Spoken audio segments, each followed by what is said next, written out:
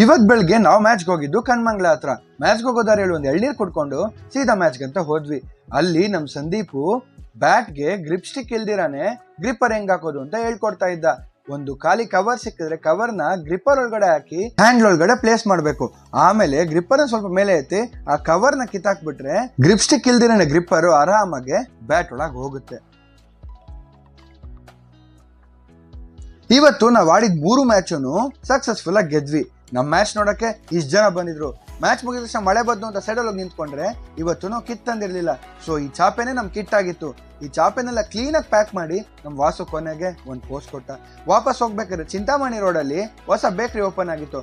ಅಲ್ಲೋಗಿ ಒಂದು egg puffs ತಿನ್ಕೊಂಡು ಅಲ್ಲಿಂದ ಸೀದಾ ನಾವು ಹೋಗಿದ್ದು ಮದೀನಾ ಹೋಟ್ಲ್ಗೆ. ನೆನೆ ಸಂದೀಪ್ದು ಬರ್ತ್ಡೇ ಇತ್ತು. ಸೊ ಇದು ಸಂದೀಪ್ ಬರ್ತ್ಡೇ ಟ್ರೀಟು. ಎಲ್ಲ ಚೆನ್ನಾಗಿ ತಿಂದು ವಾಪಸ್ ನಾನು ಮನೆಗೆ ಬಂದು ಒಂದು ಜ್ಯೂಸ್ ಕುಡ್ಕೊಂಡು ನನ್ನ ಡೇನ ಎಂಡ್ ಮಾಡಿದೆ.